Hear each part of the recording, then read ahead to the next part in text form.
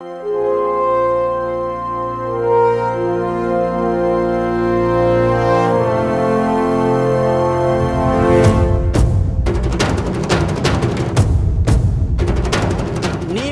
పరిశుద్ధ దేవుని యొక్క పరిశుద్ధ ఆలయం. You are holy temple of holy God.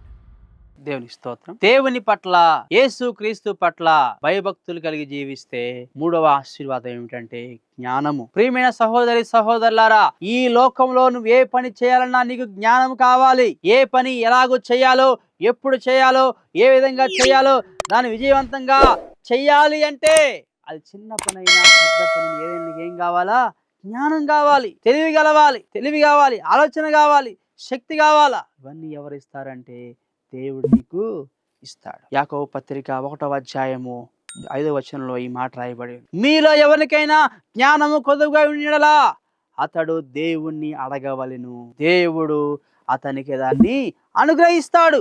దేవుడు ధారాళంగా జ్ఞానాన్ని ఇస్తాడని దేవుని వాక్యం సెలవిస్తావు. సామెతల గ్రంథం 2వ అధ్యాయంలో కూడా ఈ మాట రాయబడి ఉంది. ఏమిటి అంటే యెహోవాయే జ్ఞానం ఇచ్చువాడు. యోబు గ్రంథము 28వ అధ్యాయము 20వ వచనంలో ఈ మాట రాయబడి ఉంది. దేవుని పట్ల భయభక్తులు కలిగి జీవించడమే జ్ఞానము అని, తెలివికి మూలమని రాయబడి ఉంది అన్నమాట. ఇంకా స్పష్టంగా చెప్పాలి అంటే కొరింథీ రాసిన మొదటి పత్రిక 1వ అధ్యాయము 24వ వచనంలో ఈ మాట రాయబడింది. కొరింథీ రాసిన మొదటి పత్రిక 24వ వచనంలో ఈ మాట రాయబడి ఉంది. యేసు క్రీస్తే దేవుని యొక్క జ్ఞానమును, దేవుని యొక్క శక్తి అయి ఉన్నాడు. అలాగనే అదే కొరింథీ రాసిన మొదటి పత్రిక 1వ అధ్యాయము 31వ వచనంలో ఈ మాట రాయబడి ఉంది.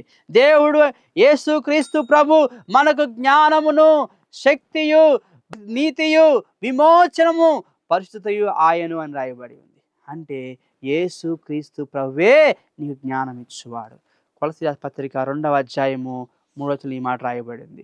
ఏమిటి అంటే బుద్ధి జ్ఞానముల సర్వ సంపదలు యేసు క్రీస్తునందే గుప్తములై ఉన్నవి, అనగా యేసు క్రీస్తులోనే మొత్తము దాచబడి ఉన్నవి.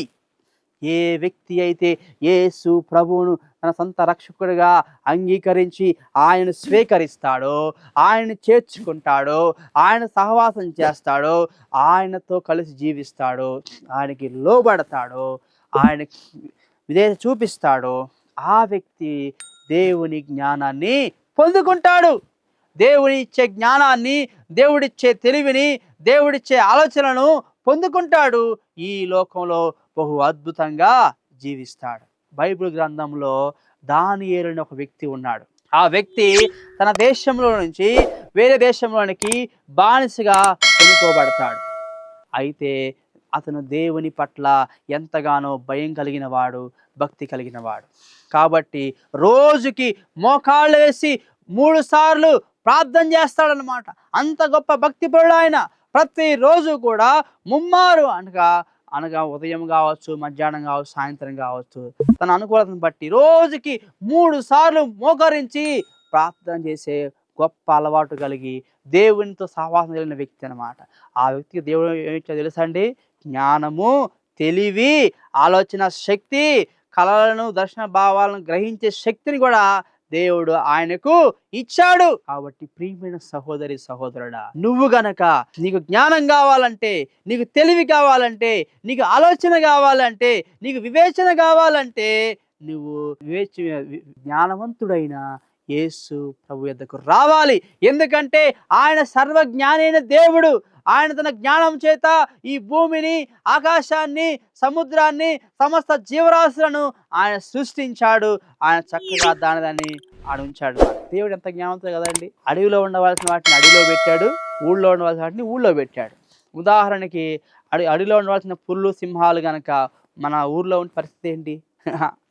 ఎంత కష్టంగా ఉంటుంది. అదే ఊళ్ళో ఉండే మనుషులు కనుక అడవిలో ఉంటే, ఆ సింహాల మధ్య ఉంటే ఎలా ఉంటుందో ఆలోచించేయండి. మనం హ్యాపీగా బతకగలుగుతామా? బతకలేం. కాబట్టి ప్రజల మధ్య ఉండాల్సిన వాటిని, ప్రజల మధ్య ఏముంటుంది? సహజంగా కుక్కలు ఉంటున్నాయి, పిల్లులు ఉంటున్నాయి, ఎలుకలు ఉంటున్నాయి, ఇలాంటివి. అదే కనుక సింహాలు, పుల్లు ఉంటే మనం బతకలేం. దేవుడు ఎక్కడ ఏది ఉంచాలో అక్కడ వాటిని చక్కగా అమర్చి పెట్టాడనమాట. ఒక వ్యక్తి అనుకునేవాడు అనమాట, దేవుడికి జ్ఞానం లేదనుకుంటా, లేకపోతే ఏంటి, మర్రి చెట్టు ఏమో చాలా పెద్దగా ఉన్నది, చక్కగా నీడేస్తుంది, మంచిగా పోగొడ నిలబడడానికి మంచి ప్లేస్కి బాగుంది. కానీ దాని యొక్క కాయలేమో ఇంత చిన్నగా ఉంటాయి. చెట్టేమో బహు పెద్దగా ఉంటుంది, ఎంతోమంది కూర్చోవచ్చు, ఎంతోమంది చక్కగా పడుకోవచ్చు కూడా, చల్లగా మంచి నీడేస్తూ ఉంటుంది ఎండాకాలంలో. అంత గొప్ప మర్రి చెట్టుకి దాని కాయలు తినేమో ఇంతే ఉంటాయి. అలాగనే ఆ వ్యక్తి ఆ చెట్టు పక్కనే కొంచెం దూరంలో తాడి చెట్టు ఉంది. అదేమో చాలా హైట్ ఉంటుంది, కానీ దాని కాయలు వాటి ఇంతలా ఉంటాయి. చెట్టు ఏమో చిన్నగానే ఉంటుంది, కానీ తాడి చెట్టు దాని కాయలు మాత్రం ఇంతలా ఉంటాయి. మర్రి చెట్టు ఏమో ఎంతో పెద్దగా ఉంటుంది, దాని కాయలు చిన్నగా ఉంటాయి. దేవుడికి జ్ఞానం లేదనుకుంటా అని ఒక వ్యక్తి ఇలాగే అనుకున్నాడండి. అనుకొని ఒకరోజు ఇలా గొర్రెలు కాసుకుంటా గొర్రెల మందను ఆడ తోలేసి ఆ చెట్టు కింద పడుకున్నాడు. చెట్టు కింద పడుకున్నప్పుడు ఆ మర్రి చెట్టు మీద ఉన్న కాయలు ఆమె పడ్డాయి. అది చిన్న చిన్నవి కాబట్టి ఆయనకేం కాల. అదే సమయానికి పేద సౌండ్ వచ్చింది. ఏంటి అని చూస్తే ఆ చెట్టు పక్కనే ఉన్న తాడి చెట్టు మీద నుంచి తాటికాయ కింద పడింది అనమాట. అప్పుడు ఆయనకి అర్థమైంది, నిజంగా దేవుడు జ్ఞానం కలిగిన వాడే. ఎందుకు అంటే, ఒకవేళ గనక ఈ యొక్క మర్రి చెట్టుకే గనక తాటి చెట్టు లాంటి పెద్ద పెద్ద కాయలు ఇచ్చి ఉంటే, కాయలను పెట్టి ఉంటే, ఇప్పుడు పడుకుంటే ఆయన పడే నేను చచ్చిపోయేవాడిని. కాబట్టి దేవుడు మర్రి చెట్టుకి చిన్న చిన్న కాయలను ఇచ్చాడు. తాటి చెట్టుకి పెద్ద కాయలు ఇవ్వడం వల్ల నష్టం ఏం లేదు, ఎందుకంటే అక్కడ ఎవడు పడుకోడు కాబట్టి, అలాగే నీడ ఉన్నది కాబట్టి ఎవరు అక్కడ పడుకోరు కాబట్టి ఇబ్బంది లేదు. కాబట్టి దేవుడు దానికి పెద్ద పెద్ద కాయలను ఇచ్చాడు. దేవుడు ఎంత జ్ఞానవంతుడు కదా అనుకున్నాడు అనమాట. నిజమే, దేవుడు సర్వజ్ఞానైన దేవుడు. దేవుడు నీకు జ్ఞానం ఇస్తాడు, నీకు తెలివి ఇస్తాడు, నీకు ఆలోచన ఇస్తాడు. సహోదరి సహోదరుడా, యేసు క్రీస్తునందే బుద్ధి జ్ఞానముల సర్వ సంపదలు గుప్తములై ఉన్నవి. ఆ యేసు ప్రభువును నువ్వు చేర్చుకున్నట్లయితే, ఆ యేసు ప్రభువును అంగీకరించినట్లయితే, ఆ యేసు ప్రభువును వెంబడించినట్లయితే, ఆయన శరణ వేడుకున్నట్లయితే నీకు జ్ఞానము తప్పకుండా సమృద్ధిగా దేవుడు అనుగ్రహిస్తాడు. కాబట్టి నువ్వు ఆయన విశ్వాసం ఉంచి ఆయన అడుగు, నువ్వు జ్ఞానము పొందుకుంటావు. 4వదిగా ఐశ్వర్యం. ఒక వ్యక్తి కనుక దేవుని యందు భయభక్తులు కలిగి జీవిస్తే, దేవుని మాట వింటే, ఆ వ్యక్తికి దేవుడు ఐశ్వర్యాన్ని ఇస్తాడు. ఎస్, మన చదువుకున్న వాక్యంలోనే కొలస్సీ రాసిన పత్రిక 2:3 రాయబడి ఉంది, బుద్ధి జ్ఞానముల సర్వ సంపదలు యేసు క్రీస్తునందే గుప్తములై ఉన్నవి. అంటే దాచబడి ఉన్నవి. అంటే యేసు ప్రభువులో ఐశ్వర్యమైన నిధులు దాచబడి ఉన్నవన్నమాట. ఆయన అంటాడు కదా, నన్ను ప్రేమించు వారిని నేను ఆస్తికర్తలుగా చేస్తాను, వారి యొక్క నిధులను నేను నింపుతాను అంటాడు ఆయన. ఎస్, ఏ వ్యక్తి అయితే యేసు ప్రభువును విశ్వాసం ఉంచి ఆయనను వెంబడిస్తాడో, ఆయన మాట ప్రకారం జీవిస్తాడో, ఆయనను కోరుకుంటాడో, ఆయన పట్ల భయము కలిగి భక్తి కలిగి జీవిస్తాడో, ఆ వ్యక్తికి దేవుడు ఐశ్వర్యాన్ని ఇస్తాడు. ఉదాహరణకి బైబిల్ గ్రంథంలో యోబు అనే ఒక వ్యక్తి ఉన్నాడు. చదువుదామా ఆ మాటలు. యోబు గ్రంథము 1వ అధ్యాయంలో ఈ మాట రాయబడి ఉంది. ఎంతో చక్కగా ఉంటుందండి. ఆయన సాక్ష్యం మీరు చదువుతూ ఉంటే నిజంగా ఒక వ్యక్తి దేవుని పట్ల భయభక్తి కలిగి ఉంటే ఎంతలా దీవించబడవచ్చో యోబు అనే వ్యక్తి బెస్ట్ ఎగ్జాంపుల్. చూద్దామా. ఊరు దేశమందు యోబు అనే ఒక మనుషుడు ఉన్నాడు. అతడు యథార్థవంతుడును న్యాయవంతుడును, దేవుని యందు భయభక్తులు కలిగి చెడుతనమును విసర్జించినవాడు. యూజు అనే ఒక దేశంలో యోబు అనే ఒక వ్యక్తి ఉన్నాడు. ఆ వ్యక్తి యథార్థమైన వాడు, న్యాయవంతుడైన వాడు, దేవుని పట్ల భయము కలిగిన వాడు, భక్తి కలిగిన వాడు, చెడ్డవాటిని విడిచిపెట్టినవాడు. అటువంటి అటువంటి వ్యక్తికి దేవుడు ఏం చేశాడు? ఎంతో ఐశ్వర్యం ఇచ్చాడు. ఎంత ఐశ్వర్యం ఇచ్చాడంటే ఆ దేశంలోనే గొప్ప ఐశ్వర్యవంతుడిగా యోబును దేవుడు దీవించాడండి. కాబట్టి దేవుడు నీకు ఐశ్వర్యం ఇవ్వాలి అంటే నీవు ఆయన పట్ల భయభక్తులు కలిగి జీవించాలి. సామెతల గ్రంథము 22వ అధ్యాయము 4వ వచనం చదువుదాము ఒకసారి. సామెతలు 22వ అధ్యాయము 4వ వచనం చదివినట్లయితే రాయబడి ఉంది, యెహోవా యందు భయభక్తులు కలిగి ఉండుట వినయమునకు ప్రతిఫలము, ఐశ్వర్యమును ఘనతయు జీవమును దాని వలన కలుగును. సహోదరి సహోదరుడా, దేవుని పట్ల యేసు క్రీస్తు పట్ల నువ్వు భయం కలిగి భక్తి కలిగి నువ్వు జీవిస్తే దాని ప్రతిఫలంగా దేవుడు నీకు ఐశ్వర్యాన్ని, దేవుడు నీకు ఘనతను, దేవుడు నీకు జీవాన్ని ఇస్తాడు. కాబట్టి విశ్వాసం ఉంచి ఆయన మాట ప్రకారము నువ్వు జీవించవలసిందిగా దేవుడిని ఆహ్వానిస్తున్నాడు. సామెత గ్రంథము 8వ అధ్యాయము 18వ వచనంలో ఈ మాట రాయబడింది. ఐశ్వర్యమును ఘనతలను స్థిరమైన కలిమియు నీతియు నా వద్ద ఉన్నాయి. నన్ను ఎవరైతే ప్రేమిస్తారో నేను వారు దాన్ని ఇస్తానని ప్రభు చెప్తా ఉన్నాడు. కాబట్టి నువ్వు పేదవాడువని, నీకు డబ్బులు లేవని, నీకు సంపద లేదని, నీకు సొంత ఇల్లు లేదని, సొంత కారు లేదని, లేదా సొంత అది లేదు ఇది లేదని బాధపడమాకు. నువ్వు యేసు క్రీస్తు యందు విశ్వాసం ఉంచి ఆయన మాట ప్రకారం నువ్వు జీవించు, శ్రద్ధగా ఆయన మాట ప్రకారం నువ్వు బ్రతుకు, ఆయన కోసం నువ్వు చేయగలిగిన పని చెయ్యి, దేవుడిని నువ్వు ప్రార్థించు. దేవుడు తప్పక నీ నిధులను నింపుతాడు, నీ అకౌంట్స్ ఫుల్ చేస్తాడు. ఆయన మాట విన్నప్పుడే ఏం జరుగుతాయండి, అంతేగాని ఇష్టమైన జీవితం కాదు. అర్థమవుతుందా? దేవుని మాట విని దాని ప్రకారం నువ్వు చేసావనుకో, అప్పుడు దేవుడు నీకు ఐశ్వర్యం ఇస్తాడు. అంతేగాని నువ్వు త్రాగుతా తిరుగుతా ఇష్టానుసారంగా జీవించి దేవుడు నాకు ఇవ్వాలంటే ఇవ్వడనమాట. ఇంకా దేవుడు అంటున్నాడు కదా, నువ్వు నీ సంపాదనలో దశంభాగం దేవునికి ఇచ్చినట్లయితే దేవుడు ఆకాశ వాకిలి తెరిచి నిన్ను ఆశీర్వదిస్తా అని చెప్పాడు అనమాట. అర్థమవుతుందా? నువ్వు దశంభాగం నువ్వు సంపాదించే 10,000 20,000లో 10% దేవునికి సేవ కోసం నువ్వు ఖర్చు పెట్టు. దేవుడు ఆకాశ వాకిలి తెరిచి నిన్ను ఆశీర్వదించి అనేక రెట్లు నీకు ఇచ్చి నిన్ను ఐశ్వర్యవంతుడిగా చేస్తాడు. కాబట్టి సహోదరి సహోదరుడా, దేవుని పట్ల భయభక్తులు నువ్వు జీవించినట్లయితే, ఆయన మాట విన్నట్లయితే దేవుడు నీకేమిస్తాడు? ఐశ్వర్యం ఇస్తాడు. అలాగనే దేవుడు పట్ల భయభక్తి కలిగి జీవిస్తే మరొక ఆశీర్వాదం ఏంటంటే బలము, శక్తి నువ్వు పొందుకుంటావు. ఎస్, తిమోథెయుకు రాసిన 2వ పత్రిక 2వ అధ్యాయము 1 మాట రాయబడుతుంది. నా కుమారుడా, క్రీస్తు యేసునందు ఉన్న కృప చేత నువ్వు బలవంతుడు కమ్ము అంటాడు. ఎస్, ఏ వ్యక్తి అయితే యేసు క్రీస్తునందు భయభక్తులు కలిగి జీవిస్తాడో ఆ వ్యక్తికి దేవుడు బలాన్ని ఇస్తాడు, శక్తిని ఇస్తాడు, తన ఆత్మనిచ్చి నిన్ను శక్తిమంతునిగా నిన్ను చేస్తాడనమాట. ఎస్, ఎందుకంటే యేసు క్రీస్తు సర్వశక్తిమంతుడైన దేవుడు. ఆయన తన శక్తిని, తన బలాన్ని నీకు ఇచ్చి ఈ లోకంలో బలవంతుడిగా శక్తిమంతుడిగా నీకు చేస్తాడు. దేవుని వాక్యం సెలవిస్తూ ఉంది, తమ దేవుని ఎరిగిన వారు బలము కలిగి గొప్ప కార్యాలు చేస్తారు. ఈ లోకంలో నువ్వు గొప్ప పనులు చేయాలంటే, గొప్ప కార్యాలు చేయాలంటే నీకేం ఉండాలా? బలం ఉండాలి. బలం లేకపోతే ఏ పని చేయలేవు అన్నమాట. బలం ఉండాలి, శక్తి ఉండాలన్నమాట. కాబట్టి నువ్వు గొప్ప పనులు చేయాలంటే, గొప్పవాడివి కావాలంటే కావాల్సిన బలాన్ని, శక్తిని నీకు యేసు ప్రభు సమృద్ధిగా అనుగ్రహిస్తాడు. ఎప్పుడంటే ఆయన మాటను విని ఆయన పట్ల భయభక్తులు కలిగి జీవించిన. అలాగనే దేవుని పట్ల భయభక్తులు కలిగి ఉంటే మరొక ఆశీర్వాదం అంటే ధైర్యం అన్నమాట. ఎస్, ఏ వ్యక్తి అయితే దేవుని పట్ల భయభక్తులు కలిగి జీవిస్తాడో ఆ వ్యక్తి బహుధైర్యంగా ఉంటాడు. సామెత గ్రంథము 14వ అధ్యాయము 26వ వచనంలో ఈ మాట రాయబడి ఉంది. యెహోవా యందు భయభక్తులు కలిగి ఉండుట బహుధైర్యమును పుట్టించు. సహజంగా మనిషి పద్దానికి భయపడతాడు. ఏమవుద్దు అని భయం, రేపు నేను ఉంటానో ఉండను భయం, బ్రతికినా ఆరోగ్యంగా ఉంటానో ఉండను అదో భయం, ఆరోగ్యంగా ఉన్నా నేను మంచి ఆహారం తిన్నాను అదొక భయం, తిన్న అన్నంలో ఏమైనా విషం ఉందేమో అదొక భయం, ఏదన్నా ప్రయాణం చేస్తూ ఉంటే క్షేమంగా గృహం చేరను అదొక భయం. అర్థమవుతుందా? నేను పెట్టిన పెట్టుబడి నిజంగా నాకు వస్తుందా రాదని అదొక భయం. అర్థమవుతుందా? చదివే వ్యక్తులు అయితే నేను చదువు నాకు ఉపయోగపడ ఉంటుందో లేదా అదొక భయం. అర్థమవుతుంది? ఇలా ప్రతి మనిషి కూడా ఏదో ఒక భయంతోనే ఈ లోకంలో జీవిస్తూ ఉంటాడు.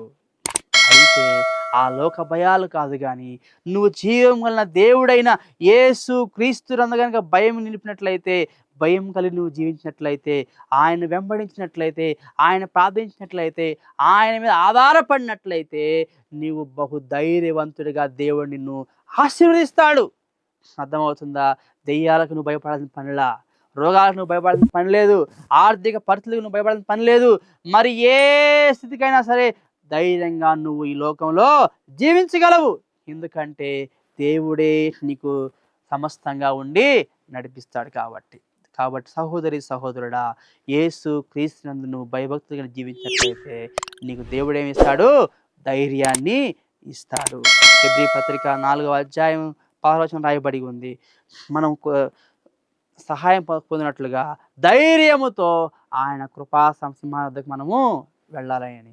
ఎస్, మనం అనుకోవచ్చు, అయ్యో నేను పాపిష్టోడిని, నేను అనేక తప్పులు చేశాను, అనేక పొరపాట్లు చేశాను, దేవుడు నన్ను క్షమిస్తాడా, దేవుడు నాకు సహాయం చేస్తాడా అని అనేకమైన సందేహాలు మనలో ఉంటాయి. అయితే దేవునికి స్తోత్రము, ఏ వ్యక్తి అయితే యేసు ప్రభువునందు విశ్వాసం ఉంచుతాడో, నమ్ముతాడో, ఆ వ్యక్తికి దేవుడు ఏమిస్తాడంట? ధైర్యాన్ని ఇస్తాడు. ధైర్యంగా తన యొద్దకు వచ్చి తన బాధలు చెప్పుకొని మేలు పొందుకునే కృపను దేవుడు ఇచ్చాడు. కాబట్టి ఆయన యందు విశ్వాసం ఉంచి నువ్వు ధైర్యాన్ని పొందుకోవాల్సిందిగా మనవి చేస్తున్నాను. మరొక ఆశీర్వాదం ఏంటంటే దీర్ఘాయుష్షు. ఈ భూమి మీద ప్రతి ఒక్కరికి కోరుకునేది ఏంటంటే, నాకు ఆయుష్ కాలం కావాలి. 70 ఏళ్ళు బతికినా, 100 ఏళ్ళు బతికినా కూడా ఏమనుకుంటాడు, నేను ఇంకా బతకాలనే కోరుకుంటాడు మనిషి. నేను చావాలని ఎవడు కోరుకోడండి.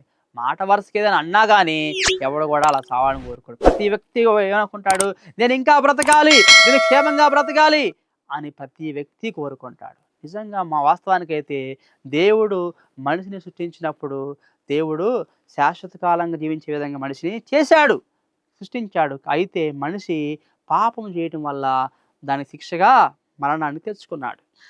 అయితే దేవునికి స్తోత్రము, దేవుని పట్ల భయభక్తి కలిగి మనం జీవించినట్లయితే మనకు దీర్ఘాయువు దేవుడు ఇస్తాడనమాట. సామెతల గ్రంథము 10వ అధ్యాయంలో ఈ మాట రాయబడి ఉంది.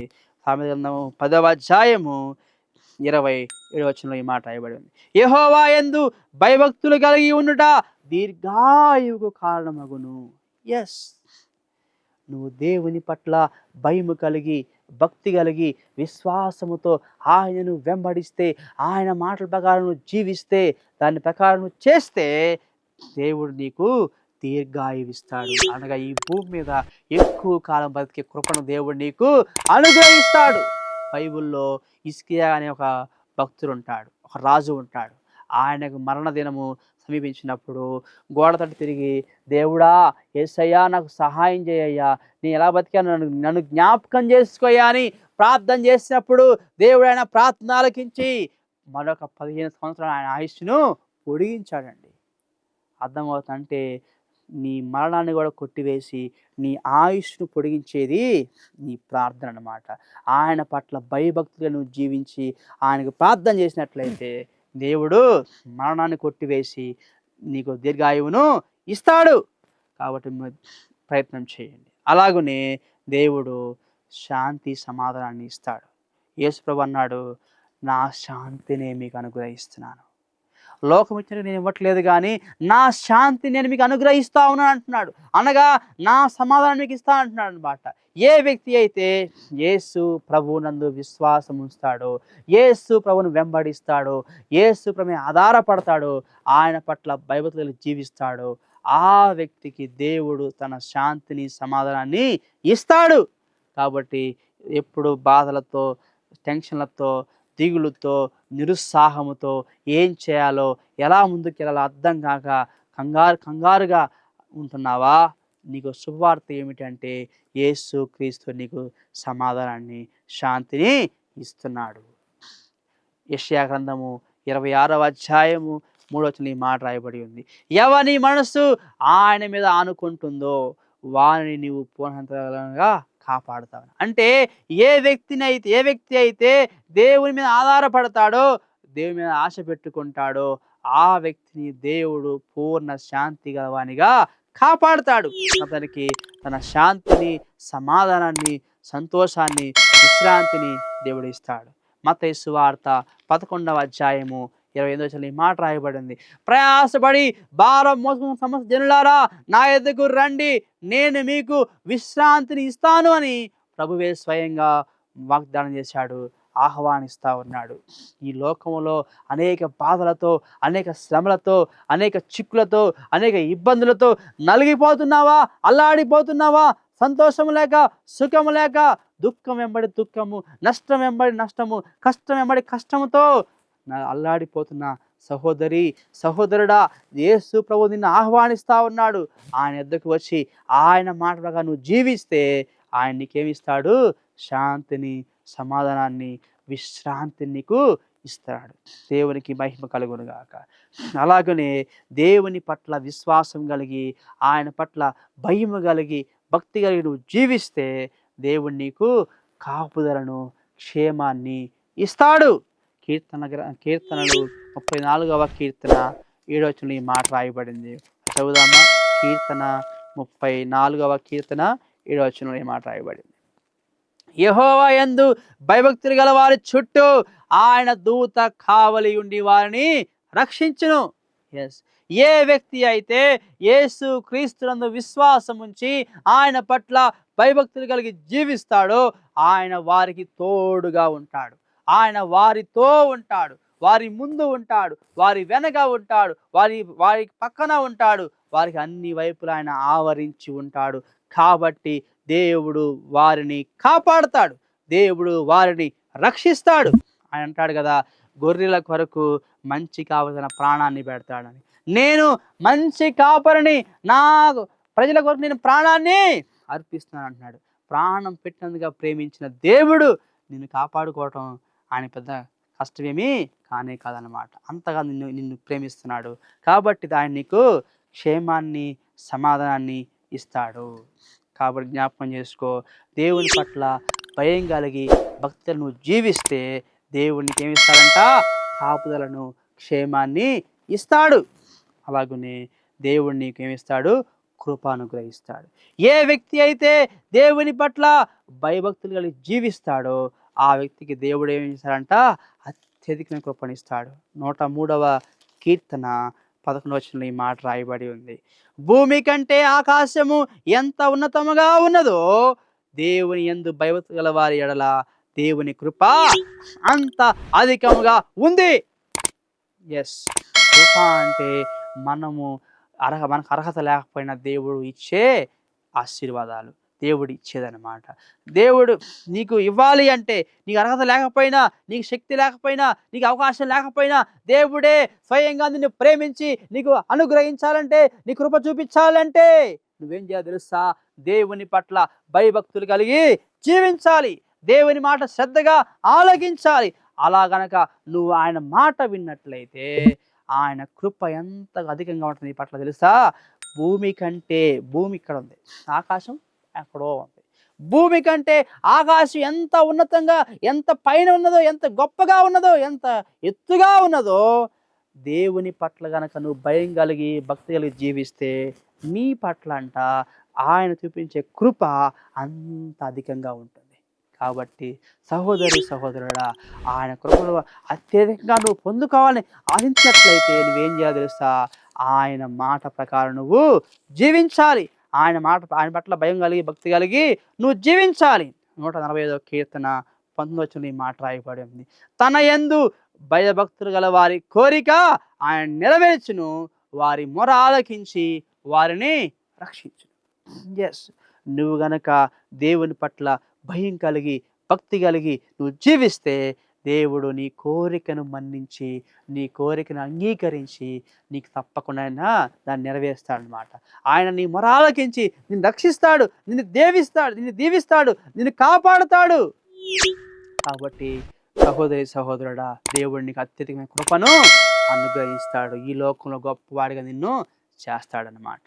కాబట్టి దేవుని పట్ల భయభక్తి కలిగి జీవించడం వల్ల నిత్య జీవము, ఆరోగ్యము, జ్ఞానము, ఐశ్వర్యము, బలము, శక్తి, ధైర్యము, దీర్ఘాయుష్షు, శాంతి, కాపుదల, క్షేమము, కృప, విశ్రాంతి, నెమ్మది, సంతోషము, సమాధానము, సమస్త ఆశీర్వాదాలు నీ సొంతమవుతాయి. నువ్వు చేయాల్సిన ఒక్కటే ఏమిటి అంటే యేసు క్రీస్తునందు విశ్వాసం ఉంచి ఆయన భయం కలిగి భక్తి కలిగి ఈ లోకంలో జీవించటం. ఆయన పట్ల భయం కలిగి భక్తి నువ్వు జీవిస్తే ఆ యేసు క్రీస్తు ప్రభువే నీతో ఉంటాడు, నీలో ఉంటాడు, నిన్ను నడిపిస్తాడు, నిన్ను బలపరుస్తాడు, నిన్ను గెలిపిస్తాడు, నిన్ను గొప్పవాడిగా, శ్రేష్టమైన వాడిగా, విలువైన వాడిగా నీ లోకంలో ఆయన నిలబెడతాడు. కాబట్టి ఈ వాక్యం వెంటనే నీవు ఈరోజే ఆయన యందు భయభక్తి కలిగి జీవించడానికి తీర్మానం తీసుకో. దేవుడిని తప్పకుండా నిన్ను ఆశీర్వదిస్తాడు. ప్రార్థన చేసుకుందాం. పరిశుద్ధుడైన దేవా, మీకు వందనాలు. నీ యందు భయభక్తులు గల వారి ఎడల నువ్వు చూపిన కృప ఎంతో గొప్పది నాయన. నువ్వు దాచి ఉంచిన మేలు ఎంతో గొప్పది. కాబట్టి నాయన తండ్రి, నిజంగా నీకు భయపడితే, నిజంగా నీ పట్ల భయభక్తులు జీవిస్తే నాయన నువ్వు నిత్య జీవాన్ని ఇస్తావు, నీవు ఆరోగ్యాన్ని ఇస్తావు, నీవు సమృద్ధిని ఇస్తావు, నీవు ఐశ్వర్యాన్ని ఇస్తావు, నీవు జ్ఞానాన్ని ఇస్తావు, నీవు తెలివిని ఇస్తావు, నీవు కాపుదల క్షేమాన్ని ఇస్తావు, నీవు ధైర్యాన్ని ఇస్తావు, నీవు శాంతిని సమాధానాన్ని ఇస్తావు, నీవు అత్యధికమైన కృపను ఇస్తావు, నీవు దీర్ఘాయువుని ఇస్తావు. నాయన నీవు ఈ లోకంలో మాకు నిన్ను నమ్ముకున్న వారికి, నిన్ను వెంబడించిన వారికి, ఈ భూమి బతకడానికి మనుషులకి ఏది అవసరమో అవన్నీ సమస్తము సమృద్ధిగా సమయానికి నువ్వు అందిస్తావని నీ వాక్యం ద్వారా మాతో మాట్లాడినందుకే నీకు వందనాలు ప్రభువా. నీవు మాలో ఉంటున్నావని, మాతో ఉంటున్నావని మాట్లాడినందుకు నీకు వందనాలు ప్రభువా. ఈ వాక్యము ఎవరైతే వినాలో వారికి వినిపించమని ప్రార్థన చేస్తున్నాను. వారు వినే విధంగా సహాయం చేయమని ప్రార్థన చేస్తున్నాను. వారు ఈ వాక్యం విని అంగీకరించి వారి హృదయములో ఆయన ఈ వాక్యం నాటబడి బహుగా ఫలించినట్లుగా కృప చూపించుపడి వాక్యమై ఉన్న యేసు క్రీస్తు పరిశుద్ధ నామం పేరట అడిగి వేడుకొనుచున్నాను పరమ తండ్రి. ఆమేన్, ఆమేన్, ఆమేన్. అందరికీ వందనాలు. God bless you.